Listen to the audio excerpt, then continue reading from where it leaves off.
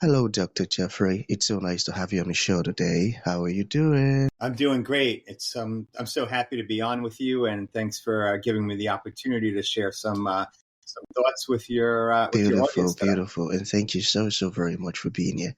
You see, oftentimes, Doctor, I love to thank my guest for two things. And I do this so often to the point where it has become my anthem. So, firstly, I want to say thank you so very much, Dr. Jeffrey, for investing in yourself. You see, you are on this platform right now because you did invest in yourself. And oftentimes, my man, I love to make reference to the amazing mango tree. See, some couple of months back, I was on a particular road, and just by the roadside, Dr. Jeffrey, there was this very tall, unattractive mango tree. And I use the word unattractive because the mango tree's got no mangoes on it, and the leaves were all dry. So I just walked past it and I went my way. But you see, Dr. Jeffrey, just recently, I was on that same road. And this time around, a lot's changed about the mango tree, you see. The mango tree caught my attention pretty good from a distance. And immediately, I got the urge to move so close to it, of which I did, and it wowed me. Because now the mango tree's got a lot of mangoes on it, beautiful green leaves and healthy branches. And not just mangoes now, Doctor, I'm talking about ripe mangoes. It was such a lovely experience that day. I was so, so excited, I tell you. Here is my point. The fact that you dedicated your time, energy, and resources to becoming the amazing Dr. Jeffrey that you are today, that alone has made it impossible for me to skip you. And that's why you got the request from me to be on the show because I was attracted to the fruit of all that you're doing. Your philosophies, your insights, your journey, the impact your work is having. And now you're offering your solutions, Doctor. These stuffs are beautiful. Just before I sent you that request, I said to myself, I've got to benefit from these beautiful things Dr. Jeffrey is doing, and not only me now, but even with the audience. And here we are today with the amazing Dr. Jeffrey. So thank you so very much for doing that yourself. And secondly, thank you for saying yes to the invite. Because if you had said nope, there was nothing Elisha could do about it. Thanks so much. Well, thanks for having me on, and just so happy to be able to talk with you, and thank you for your kind and beautiful Beautiful. words. Thank you too, Doctor. So let's get started. You see, I'm quite excited to have you on the show today for some reasons. Firstly, my interest in knowledge seeking. I believe in order for one to transition from a terrible situation to that of a beautiful one, Doctor, I believe it takes the application of knowledge, quality information, and not just knowledge now, but the application of it. And you see, ever since I discovered that light in the Hebrew means knowledge and darkness ignorance, I've been so keen to knowledge seeking. Why? Because I do not want to remain in the dark. So that's going to make our conversation today very, very important to me and even to the listeners. And the second reason why I'm excited to have the incredible Dr. Jeffrey on the show is for the sake of the audience. You see, Doctor, we live in an age where information is as abundant as grains of sand. We've got a lot of information flying out there. So these folks trust me for quality, high opening, and very important information, of which I am totally convinced, Doctor, that our conversation is going to be insightful and impactful. So, for that reason, let's get started with your introduction. Talk to us about your personal or your professional journey, because right now we are so curious. We want to know how Dr. Jeffrey got here. Then, afterwards, I've gotten some beautiful questions for you. Okay, Dr. Jeffrey, over to you. Excellent. So, as I wrote in the book, I work for a not-for-profit organization here in New York. It's a non-governmental organization, and I've worked in health and human services supporting other people for, I guess, about 35 years. And so that includes people who are victims of family violence, people who are struggling with addiction, mental health conditions like anxiety, depression, that kind of thing. And that's what I've done my entire life. And my professional and personal lives began to intersect when I was diagnosed with two cancers in 2 years. And so I'll talk a little bit about that journey. But essentially, I got through one cancer, thought I'm good, I conquered this, everything is awesome. And then I got a second diagnosis. Both things turned out okay. In both cases, I went from being the helper to the person who needed help, and it's all worked out okay. But the book that I wrote is really about that journey from being the person who offered the help to the person who needed the help. And in a lot of ways, how my athletic training as an endurance athlete gave me skills and gave me a mindset necessary to overcome cancer, not once, but twice. Wow. And that's a beautiful word, and thank you for sharing that. Okay, but I'm still curious, okay? So what was it like surviving cancer? Can you talk to us about that? Yeah, look, the reality is that nobody ever expects to get cancer. There are millions of people each year who will hear those words, you have cancer. I found out the first time via a text message on my phone that I had cancer, of all things. Um, and I would say your first reaction is there's got to be some mistake. Maybe they mixed up my medical records with somebody else's. And, I'm fairly young. I was very healthy. I had just completed an Ironman race. And for your audience, an Ironman race includes a 2.4-mile ocean swim, Oh, a 112-mile bike ride, followed by a full 26.2-mile marathon. And you don't rest in between. You have to do all those things within oh, 17 hours. So there's no rest. And I had just completed that. And then, 5 months later, I got my first cancer diagnosis. And so I looked at it. And when I heard the news, I'm like, I'm as healthy as they come. How could I have cancer? But I will say, I quickly flipped that script and said, all right, so I had cancer when I did that race. I can do anything. And it was almost like the test became the testament to what was possible. The Ironman race tested me, my training tested me. And then when I was faced with another challenge, cancer the first time, I looked back and said, well, I passed all those tests. I can do this. I do hard things. And doing hard things prepares you for hard things. And so make no mistake about it, when you get any kind of serious health diagnosis, you are thrown into a tailspin, and then you get your wits about you and you begin to think about things. And for me, I'm a very practical person, so I immediately started getting the right medical team in place, plotting what I would do, figuring out the next course of action, and just powering through it. But I will say, any kind of cancer diagnosis, whether it's your first, your second, or your fifth, is pretty disorienting. It takes some clarity to get through. It takes faith. It takes building the right support team. But I'm living proof that you can come out the other side and come out that other side stronger than ever before. so beautiful.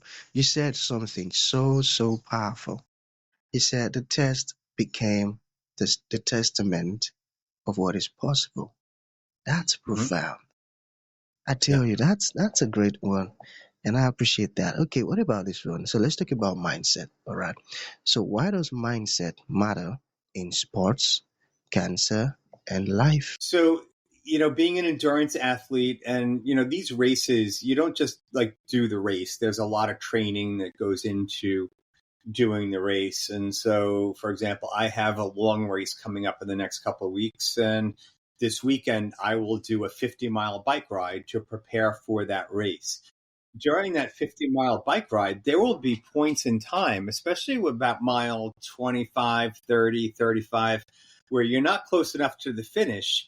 You're far enough away from the start and you're tired. And, my legs will say to me again and again and again, oh, just quit. You don't have to do the 50 miles. Just stop. Your mind needs to be the thing saying, don't quit. You set out to do 50 miles. You need to do 50 miles in order to be prepared for this race. And so that struggle between your body and your mind, if you rehearse that enough times, you actually get better at it. So the same way you would build a muscle if you were working out or lifting weights, that's how you build your mind muscle. And there was a parallel point when I was going through treatment where we were I had 27 radiation treatments, 27 rounds of chemo, and then a 6-month span of chemo infusions where I went to a center and was infused with chemo for 6 hours. And we did 8 of those. And at about number 6, my doctor said to me, he's like, the side effects are starting to take their toll. Your blood counts are dropping. I might have to put you in a hospital. We might have to stop early. And I said to him, there is zero chance that we are stopping early, right?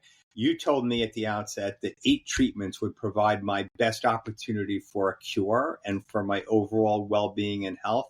We're not quitting until we do those 8. And so similar to, mile 35 on that bike ride, by the time I reached treatment number 6, everything, including my doctor, were telling me maybe we should stop. My mindset was, no, we have to keep going. That if I want the best possible outcome and I want to cross that finish line, then we need to finish this. And so just a, very simple example where that keep going mindset was really helpful. And again, in writing the book, right? So, we're here to talk about the book, Every Mile Matters. It's 260 some odd pages. There were chapters that were easier to write and chapters that were harder to write. And so the chapter about my spirituality, my belief in God, my faith, my higher power was a hard chapter to write because I needed to wrestle with some issues inside me. I needed to resolve some questions. Being faced with a life-changing diagnosis forces you to answer some of those questions. And as I wrestled with that particular chapter of the book, I said to myself, look, we could just leave this chapter out. The average reader wouldn't even know that it was going to be a part of the book. This is hard. I'm struggling with kind of where I land on this and what I want to say. And so maybe I just leave it out. There again, I said, look, I'm wrestling with these issues for a reason. The chapter is an important chapter. Even if it's the hardest chapter to write, that might mean that it's the most important. And I think in life, sometimes our hardest obstacles become our most important ones. And so whether it's mile 35 of a bike ride, treatment number 6 of a chemo regimen, or a chapter in a book where you have to wrestle with some deep, dark feelings and figure out where you stand as a person, as a man, those are actually the things worth fighting through. Amazing, amazing. And that's so true. I get it. So what about this one? How long did it take you to write your book and publish it? I'm talking about the process. And how was it like? It took about a year. I actually started writing the book during my chemo treatments. And so you go to an infusion room and you sit there for 6 hours. And so I started, writing the book there. And then I finished it actually on a trip to South Africa and finished the book there. I hired an editor to look it over and make sure that everything was good, and then published it. And I will say, the book has been out now a little bit more than a month and a half. And the response has been fantastic. And so, one of the things that's so inspiring is there's lots of folks that are struggling with cancer. Unfortunately, it's more common than we tend to believe. With the advent of early screening, more people are getting diagnosed. And just the emails that I'm getting from folks that, say, I just got my diagnosis, I'm struggling, and I read your book and it helped me. That's the thing that makes it all worth it. Selfishly, the book helped me too, right? It helped me to kind of process some of this, to think it through, to think a little bit about my legacy. Look, I don't know if I've got, another week or another 50 years in me. Who knows? We never know, right? You can make it through cancer, and get run over by a truck tomorrow. And so you never know how much time we have. And so for me, writing the book was a way of putting to paper all the things I was feeling, some tips that I thought might help other people get through whatever they're encountering in their lifetime, and really to leave a legacy. So it was a very therapeutic process for me. That's not why I did it. I did it because I wanted to help other people. But in the process, I probably helped myself more than I originally imagined. Legacy is so important, my man. So how many pages is it? And how did you come up with the title? So it's 264 pages. The notion of every mile matters. So in endurance sports, there's a term called junk miles, and it's kind of when you just go out and run. And I never liked the term. A lot of what we do in training, athletic training, is you run miles for a purpose. And so it might be a fast run to build up your speed. It might be a longer, slow run to build up your endurance. And if you're just kind of running to run, sometimes coaches and other athletes call those junk miles. And my mindset is there's no mile that's a junk mile. All of those miles matter going forward. And, in life, I thought about kind of the miles I've crossed, not only on, racetracks and on roads as I do my runs, but also just the miles in life. And that everything you do matters. Every day that passes matters and makes a difference. And, I might have been able to get through cancer without my endurance training, but that certainly made a difference. And one of the things, when I was originally diagnosed, my reaction was, but wait, I'm so healthy. I'm so fit. How could this happen to me?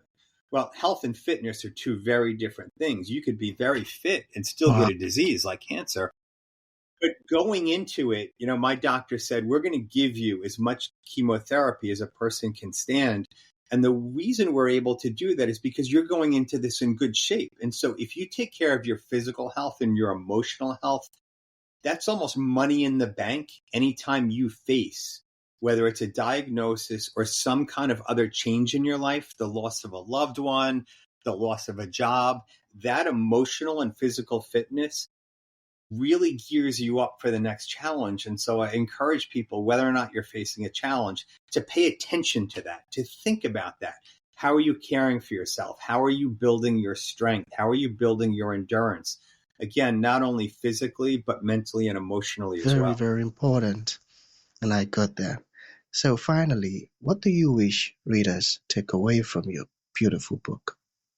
So there's a couple lessons that I learned in going through this, and a couple of things that just I live by. One of them is keep going, right? There are going to be challenges in life. You have to keep going and put one foot in front of the other. And so when it feels like the finish line is so far away, the reality is the only way you get closer to it is to keep going. I also believe that, the things that challenge you the most also change you the most. If it doesn't challenge you, it's not going to change you. And by taking on small challenges in our day-to-day lives, that's how you prepare yourself for the big challenges. That's how you're ready for the big thing when it comes along, whether it's a cancer diagnosis or something else. And then I guess the last thing I would say is in doing my races, nobody does those things alone. You hire a coach, you have volunteers that help on the race course, and battling cancer. I didn't do it by myself either. I had a great oncology team. I had a loving wife. I had all those support systems. And so you don't do it alone. Make sure that you have that support system in life. Figure out who your support system is. Who are the 5 people who would be by your side in the event that something significant happened to you? And how would you lean on them? And how are you supporting them now as they go through things? And so I think those are the 3 things.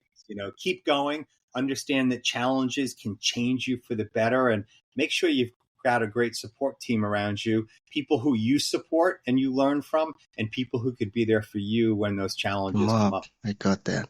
So to bring this to an end, Dr. Jeffrey, for folks who like to reach out to you, learn more about the beautiful stuff you're doing, or even make a purchase of your wonderful book, how can that be possible? Sure. The book is available on Amazon, but we also set up a website for the book. It's called everymilematters.com, available worldwide. Take a look. There's some blog posts on there that might be helpful, and some tips for not only navigating illness, but getting through life. Beautiful. So that's going to be the end of the show, Dr. Jeffrey. Thank you for coming, and thank you for sharing this beautiful stuff with us. It means a whole lot. Thank you. Great. Thank you so much for having me on. It's been a pleasure. That was a beautiful